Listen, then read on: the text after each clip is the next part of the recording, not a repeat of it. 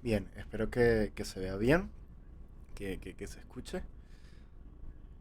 Bueno, hola, bienvenidos a todos a un nuevo video del canal. Este video es un poquito random porque justamente es 24 de diciembre, día de víspera de Navidad, así que el día de hoy es un día relativamente ocupado porque todo el mundo está con sus temas de Navidad, pero a mí me provocó hacer un video de filosofía y un video de Spinoza.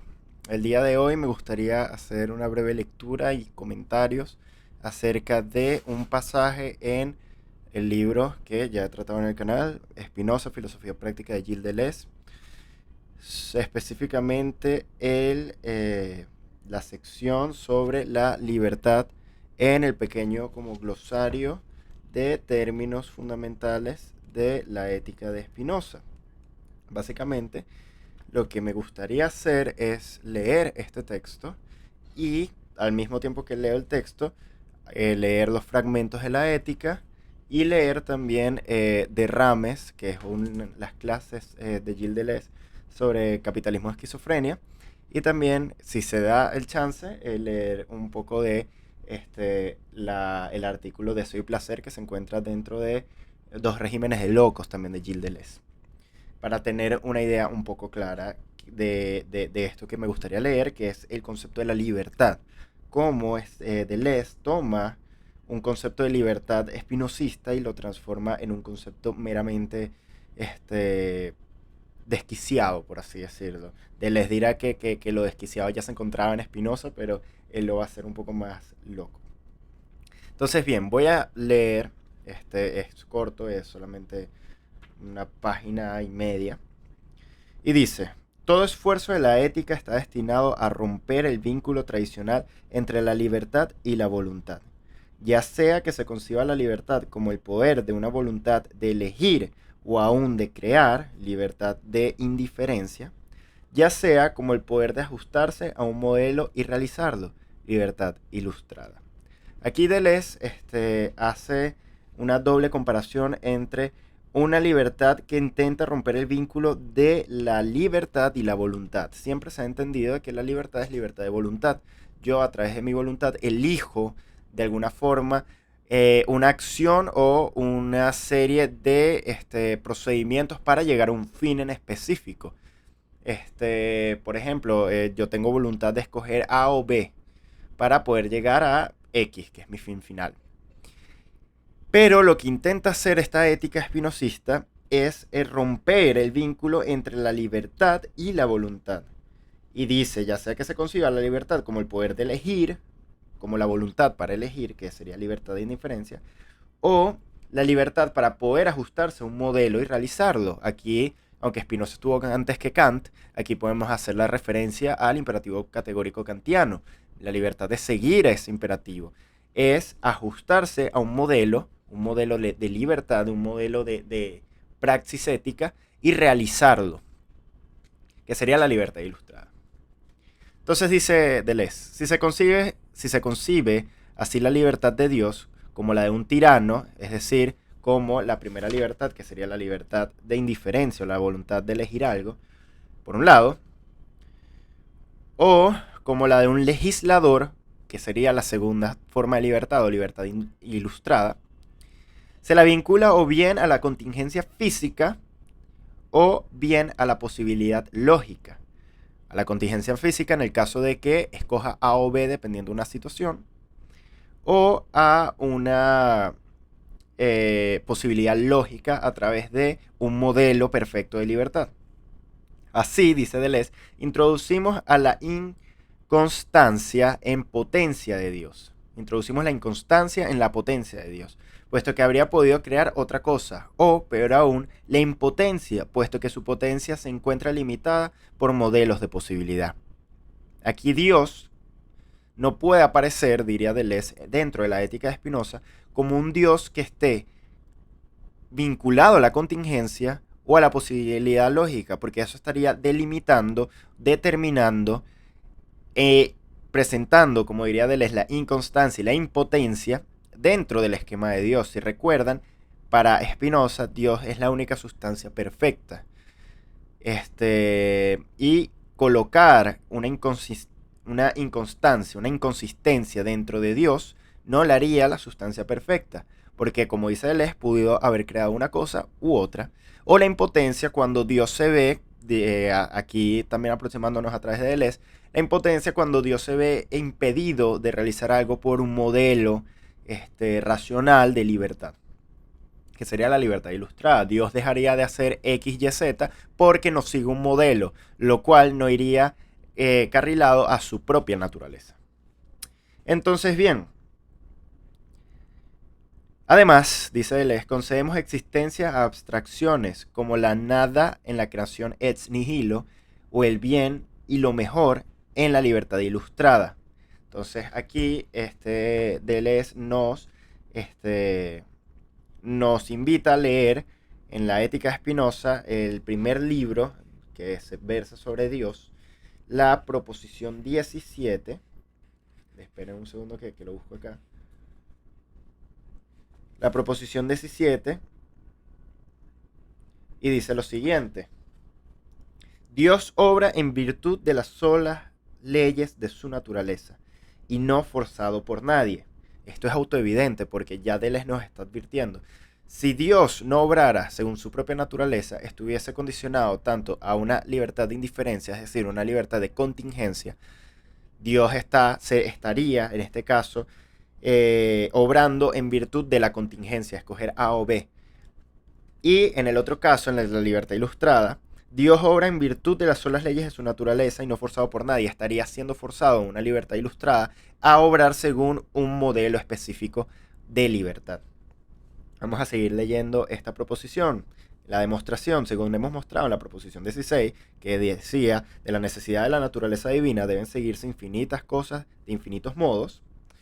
Se siguen absolutamente infinitas cosas de la sola necesidad de la naturaleza divina, o, lo que es lo mismo, de las solas leyes de su naturaleza.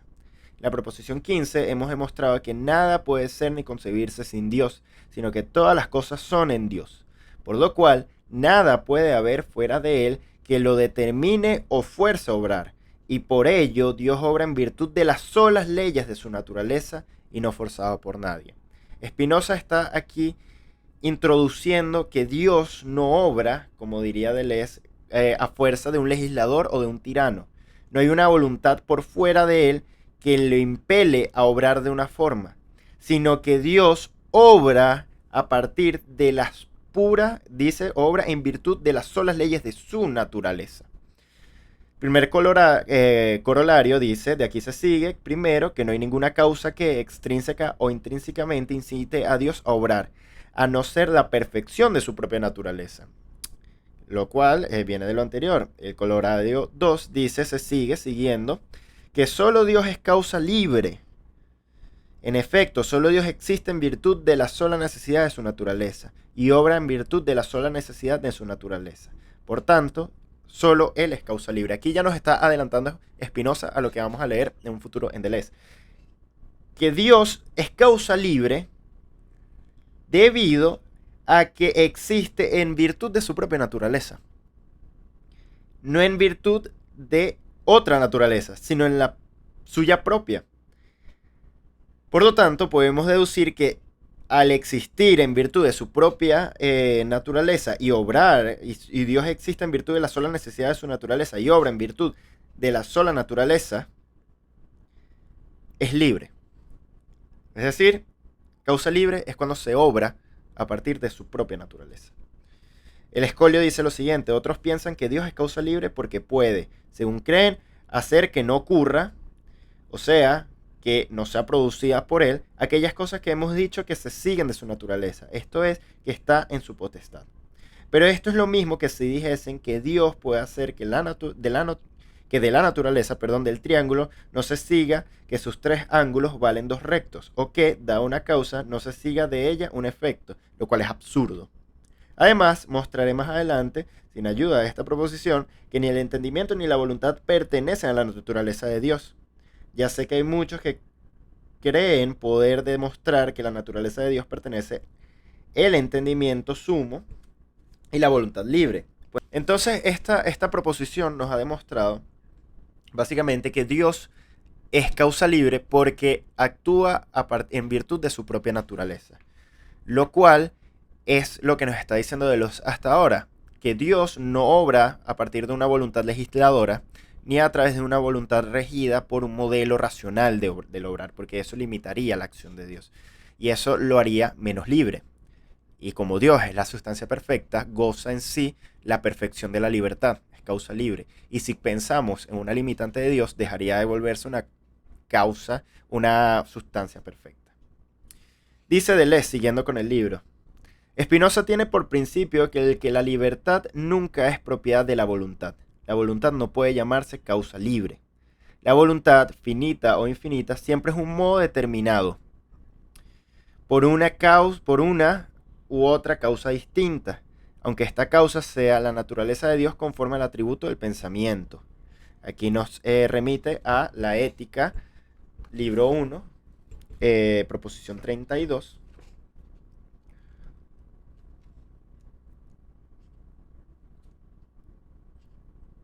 Dice Spinoza, la voluntad no puede llamarse causa libre, sino solo causa necesaria. La voluntad, dice Spinoza, como el entendimiento, es solo un cierto modo de pensar, y así ninguna volición puede existir sin ser determinada a obrar si no es determinada por otra causa, y esta a su vez por otra, y así hasta el infinito. La voluntad, repito, es solo un cierto modo del pensar, se encuentra dentro del atributo del pensamiento. Por una parte, dice Deleuze, las mismas ideas son modos, y la idea de Dios no es sino un modo infinito conforme al cual Dios comprende su propia naturaleza y todo lo que de ella se deriva, sin nunca concebir posibles. Por otra parte, las voliciones son modos englobados en las ideas, que se confunden con la afirmación o la negación procedentes de la idea misma, que jamás haya algo que sea contingente en esos actos. Y aquí Deleuze nos remite a el libro 2 de Spinoza, proposición 49.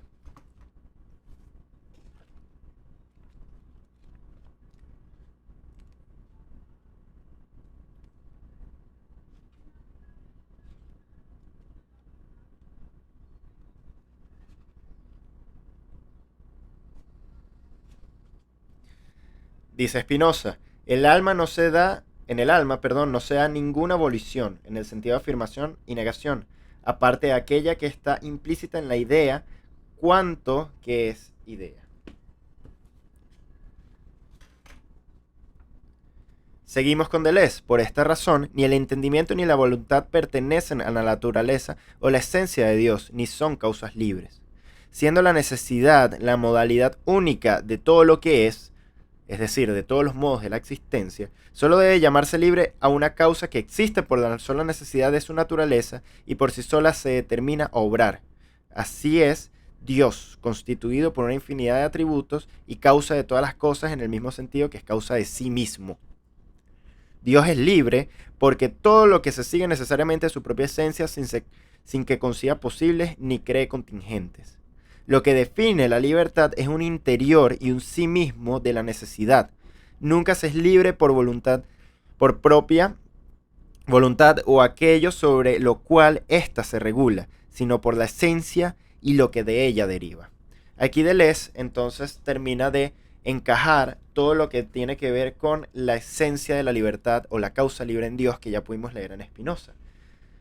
Como la voluntad es algo externo, ya leímos en Spinoza, es algo que viene de causado, es una idea que viene causada de otra idea, que viene causada de la otra idea, así hasta el infinito. En Dios, como causa primera, no existe esa heterogeneidad entre aquello que se presenta y Dios, porque Dios es la sustancia única, no hay nada por fuera de Dios, todas las cosas son inmanentes a Dios. Por tanto, vuelvo aquí, lo que define la libertad es un interior y un sí mismo de la necesidad. ¿Y cuál es la necesidad de Dios? La necesidad de obrar a partir de o en virtud de su propia naturaleza, lo cual esa definición del obrar a partir de su propia naturaleza, es lo que hace que Dios como sustancia sea causa libre, pura libertad.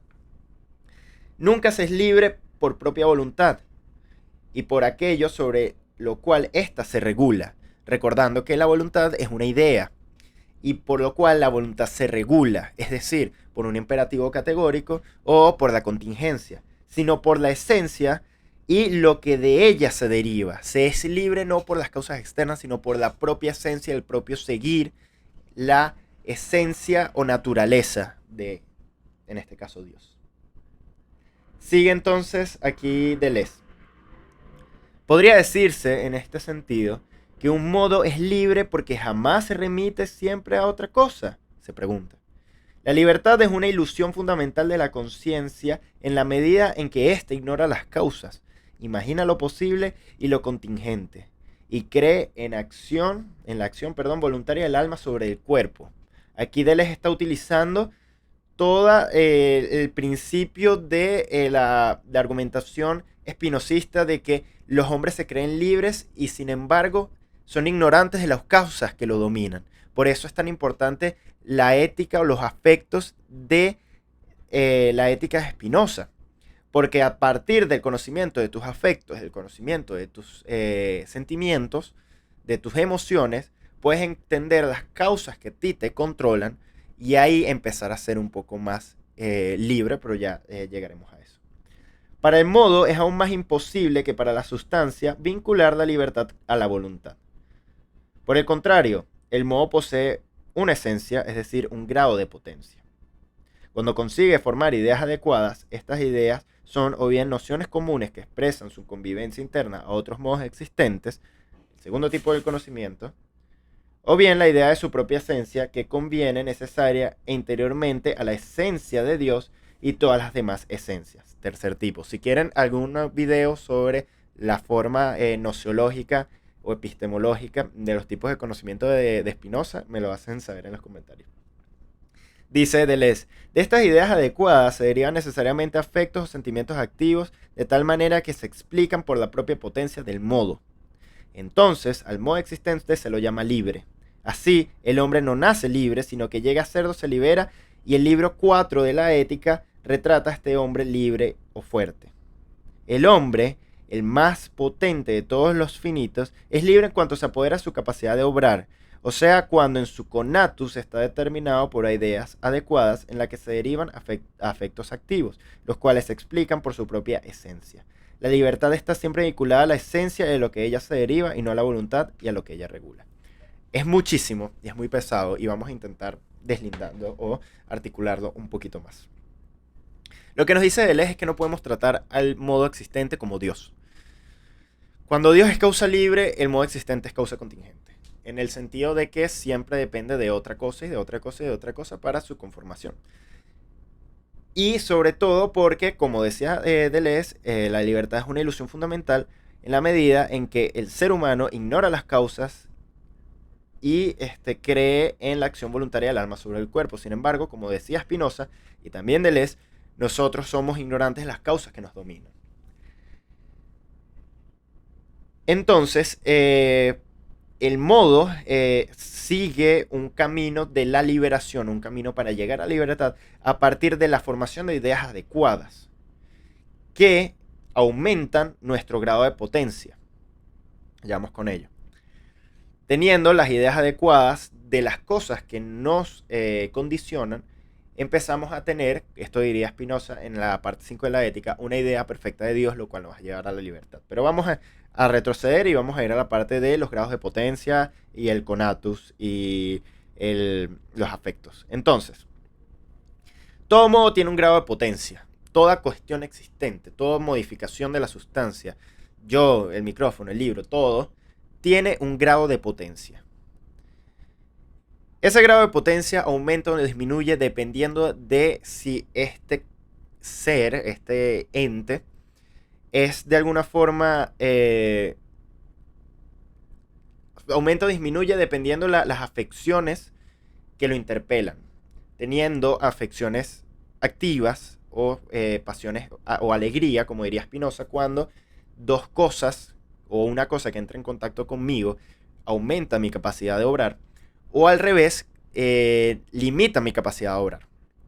Entonces, bien, todo el conatus es cuando Spinoza dice en la parte 3 de la ética, si mal no me equivoco, que todo ente de...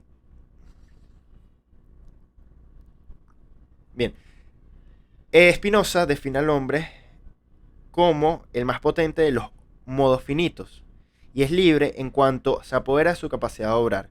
Es decir, cuando su conatus, es decir, su persistencia en permanecer en el ser, en el ser, cuando su conatus está determinado por ideas adecuadas de las que derivan afectos activos. Entonces, muy bien. Spinoza dice que un afecto se vuelve activo cuando conocemos la causa que lo determina. Y allí el hombre deja de padecer y empieza a ser activo. Cuando el hombre ignora las causas que lo dominan, se vuelve un ser que padece de esas causas. Entonces, lo que aquí Deleuze quiere decirnos es que la libertad está siempre vinculada a la esencia, es decir, al conatus, al deseo de permanecer en el ser. Y esa esencia de permanecer en el ser se ve, se ve reforzada cuando empezamos a tener afectos alegres, empezamos a recibir alegría por el encuentro positivo entre dos cosas que a mí, como mi cuerpo, y el otro, nos aumentan nuestra capacidad de potencia, es decir, que nos ayuda, nos forma, nos ayuda en nuestro conatus.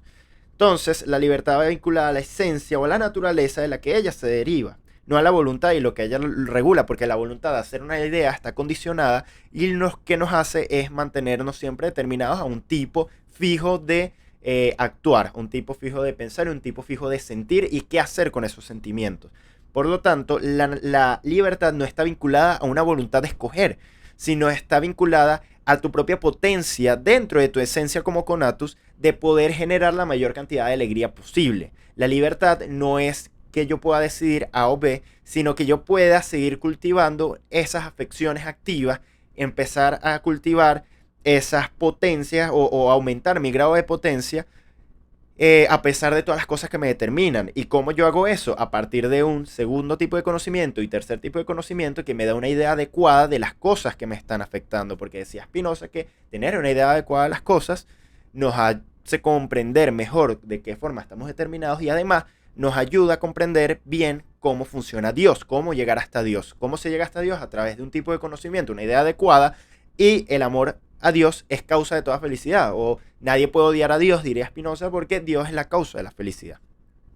Entonces, bien, ¿cómo me gustaría enlazar esto con Deleuze en Derrames? Porque, ¿qué pasa? Deleuze escribe Derrames, o bueno, estas son sus clases, luego de la publicación de Antiedipo, porque en estas clases Deleuze habla de una forma, de unos elementos para la construcción de una filosofía materialista de las intensidades. Y su figura principal es Spinoza. ¿En qué sentido? Primero tenemos que tener en cuenta de que nosotros somos libres en medida que nosotros vamos cultivando que vamos cultivando afectos alegres, mientras vamos cultivando alegría. A pesar de que yo esté determinado por muchísimas cosas, en la medida que yo voy cosechando alegría, es decir, cosechando potencia, aumentando mi potencia, a medida que yo voy aumentando mi potencia, a medida que yo soy libre. Si yo soy libre de aumentar mi potencia, me encuentro en un estado de poder ejercer esa esencia de la libertad. No al grado de Dios que obra a partir de su propia naturaleza, sino a partir de un conocimiento de Dios y de las causas que me determinan, o las causas que me determinan, y así poder seguir recolectando alegría. Pero ¿qué pasa? Deleuze en Derrames dice algo muy interesante que a mí me gustaría, resaltar. Y es esto. En el capítulo llamado La Univocidad del Ser y la diferencia con los como grados de potencia sobre Spinoza, Deleuze habla sobre la univocidad del ser, es decir, el ser es una y de la misma cosa se predica el resto. Pero se dividen a través de grados, no a través de categorías o diferencias específicas. Podemos saber la diferencia de seres no a través de una diferencia específica como animal racional con pene. No, sino a través de los grados de potencia que interpelan o que atraviesan al sujeto o atraviesan aquello que estamos analizando. soy hombre no por una diferencia específica, sino por los grados de potencia que a mí me atraviesan. Pero claro, como sujeto tengo una parte del rompecabezas, me falta la otra, que serían las instituciones, y eso es a lo que yo quiero referirme hoy. Supongo que cuando Spinoza posa sus ojos sobre cualquier cosa, dice Deleuze, capta poderes de ser afectado, poblaciones, intensidades, capacidades. Y puede ser que confunda un buey con y un caballo de labor, pero no confundirá este último con un caballo de carreras. Hace pasar, como diríamos hoy, ciertos cortes en lugar de otros. En ningún caso debemos creer que poder quiere decir posibilidad que podría no ser cumplida. Potencia y grados de potencia ya no tratan del modo aristotélico, que es un mundo de analogía. No se trata de la potencia que se distingue del acto. El poder de ser afectado, en todos los casos, está o estará completo a cada instante. El poder de ser afectado está completo a cada instante. Aquí nos despegamos, ya decía, de la idea aristotélica de acto y potencia. No, la potencia ya está en acto, todo. Y está necesariamente completo a cada instante en virtud de los agenciamientos variables en los cuales entramos. Es decir, que el afecto es un modo en que un grado de potencia está necesariamente efectuado en función de los agenciamientos en los cuales entra el individuo o la cosa. El afecto es el modo que un grado de potencia está necesariamente efectuado en función de los agenciamientos en los cuales entra el individuo o la cosa. Volviendo a Spinoza, cuando un modo infinito entra en un agenciamiento, es decir, en una estructura, como lo define Ian Buchanan, con una parte de contenido y una parte de expresión, cuando entra en ese agenciamiento, ya todo el grado de potencia está ahí. Cuando un caballo de carga entra a un agenciamiento donde esa potencia de caballo de carga se queda allí, ya está en acto toda esa potencia, toda esa capacidad de ser afectado. Y cuando un caballo de carreras entra a un agenciamiento de carrera, de la misma forma ya está efectuado toda la potencia. Pero un caballo de carga no puede ir a un agenciamiento de caballos de carreras ni viceversa, porque esos agenciamientos heterogéneos van a hacer que ese caballo no pueda cumplir su función. Y esto era lo que decía Spinoza.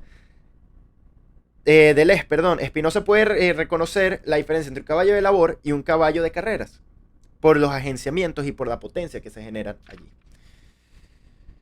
Un poder de ser afectado está entonces siempre colmado. Ahora bien, puede estar de diferentes maneras. Todo depende del agenciamiento. Este último pensamiento de Spinoza dice que siempre está completo, pero que a grandes rasgos puede estarlo de dos modos. Un grado de potencia está necesariamente realizado, o un poder de ser afectado está necesariamente completo, pero puede estarlo en dos direcciones. Mi poder de ser afectado está completo de tal manera que mi potencia de actuar aumenta, o mi potencia de actuar disminuye. Las alegrías, las tristezas, lo que acabamos de comentar. Spinoza precisa, cuando mi poder de ser afectado está completo de tal manera que mi potencia de actuar disminuye, entonces mis afectos son tristes. Mi poder de ser afectado está totalmente colmado por la tristeza. Ejemplo, yo soy culpable, o me deprimo, o esto no anda bien, o que llenan necesariamente mi poder de ser afectado.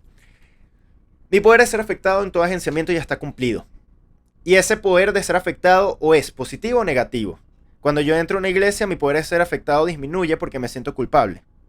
Cuando yo voy a la playa, mi poder de ser afectado aumenta porque encuentro algo distinto, donde no me dicen que soy culpable y puedo actuar a través de la alegría. Por ejemplo, no estoy diciendo que vayan todos a la playa y no vayan a la iglesia, sino un ejemplo. Es una muy bella manera en la que Spinoza ve a las personas. Se vuelve todavía más bella cuando vemos las objeciones que le hace la gente. Por ejemplo, Hegel, ese débil, dice Deleuze. Cuando Hegel dice contra Spinoza, ese nunca ha comprendido nada del trabajo de lo negativo, es perfecto, el trabajo de lo negativo es mierda, dice Deleuze.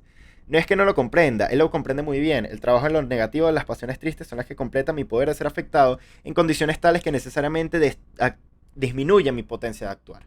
Cuando estoy triste, mi potencia de actuar disminuye. Es evidente, basta pensarlo. Cuando ustedes están afectados de afectos tristes, hay un objeto, alguna cosa, un animal, una persona que se compone con ustedes y los afecta de tristeza.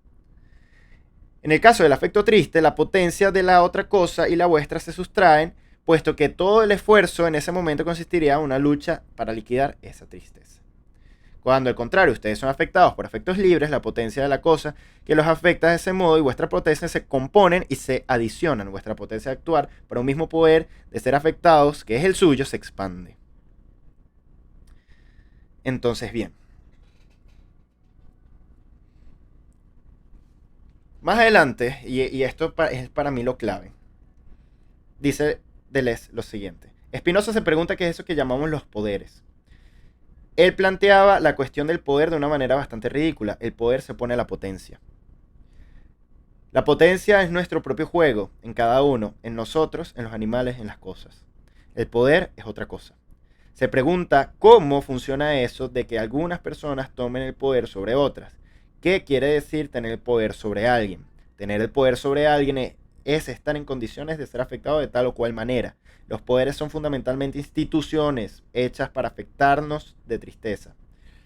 Eso funciona así. No puede funcionar de otro modo. Cosas como la esperanza, la recompensa y la seguridad son puestas al lado de los afectos tristes.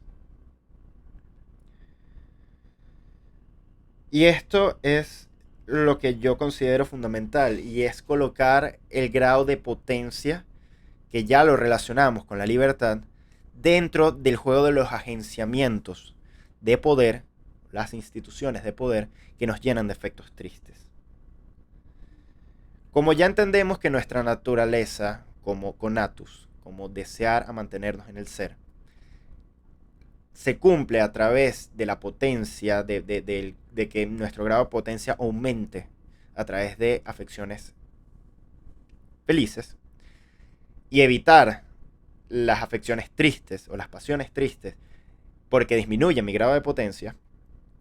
Cuando Deleuze introduce los agenciamientos y estas instituciones de poder, se ve muy claramente que eso está en contra de la naturaleza, por lo tanto rompe con nuestra capacidad de ser afectados, con nuestra capacidad de obrar y dejar de padecer.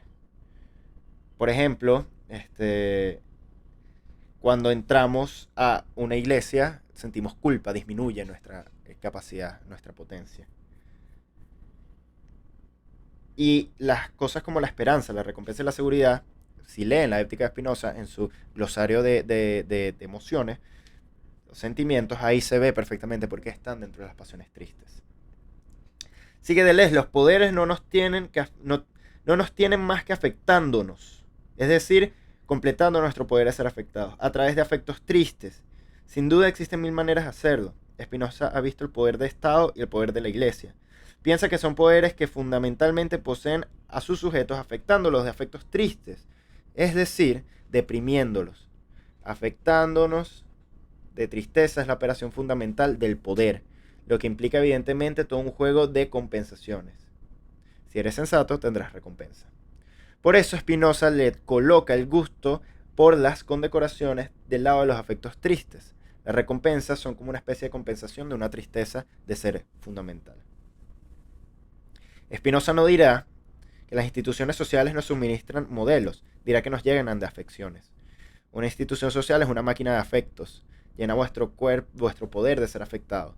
No se trata de ideología.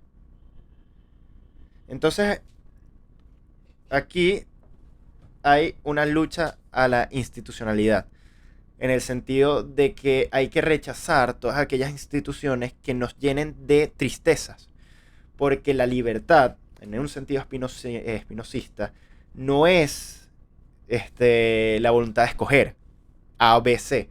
No es la libertad no liberal o la libertad individualista de yo escojo A, B, C y puedo escoger X, Y, Z porque soy un individuo autónomo. No. Hay cosas que nos determinan, sean nuestros sentimientos o sean esas instituciones que nos llenan de afectos tristes. Lo que hay que hacer, lo que pudiésemos hacer, es que en nuestra capacidad de mantenernos en nuestro ser, en ese conatus, en ese deseo de mantenernos en el ser, seguir la construcción de afecciones alegres. Y esa construcción de afecciones alegres choca con estas instituciones que nos llenan de pasiones tristes. Por lo tanto, es una lucha muy fuerte con los agenciamientos o estas instituciones de poder, como ya decía Deleuze, que es poder de uno sobre otro. Y este poder nos reaccionamos a este poder de forma triste. Libertad no es escoger, libertad es seguir nuestra propia naturaleza, nuestro propio conatus, y para seguirlo debemos llenarnos de afecciones alegres, lo cual se ve siempre determinado por algunas afecciones o pasiones tristes que están dentro de estos agenciamientos o dispositivos, como diría Foucault. Pero bueno, esto un poco para reflexionar, esto es como que algo que quise hacer, que no quería escribir porque sentía que iba a hablar muchísimo y justamente leyéndolo y pudiendo mover los libros sentí que pude colocar algunas ideas que me gustaría que si ustedes pueden comentarlas o añadir algo más, sería increíble. Todo esto parte de una necesidad propia de poder entender algunas cuestiones de nuestra realidad, no a través de las grandes categorías, sino a través de singularidades, de intensidades, como lo vería Spinoza, porque el mundo contemporáneo se está, como diría Hannah Arendt, desarmando de esas grandes categorías que intentan explicarlo. Y es necesario generar nuevas armas, como diría Deleuze, para poder entender y al mismo tiempo practicar una nueva forma de entender al mundo. Por lo tanto, considero yo que esta nueva introducción a esta filosofía de las intensidades o esta forma de espinosista de ver las cosas o los modos a partir de qué es lo que lo afecta es necesario para poder entender esta contemporaneidad. ¿Por qué la gente en Estados Unidos vota por Donald Trump? ¿Por qué los obreros votaron por Donald Trump cuando Donald Trump no tenía ninguna o sea, ningún interés en ayudarlos? O sea, ellos votaron no por su interés. O sea, ellos no votaron porque sí o no, ellos votaron porque había algo que los determinaba y había unos afectos que los atravesaban. ¿Y cuáles eran esos afectos que los atravesaban? ¿Cuáles eran esas intensidades que hacían que los obreros, a pesar que Trump no tenía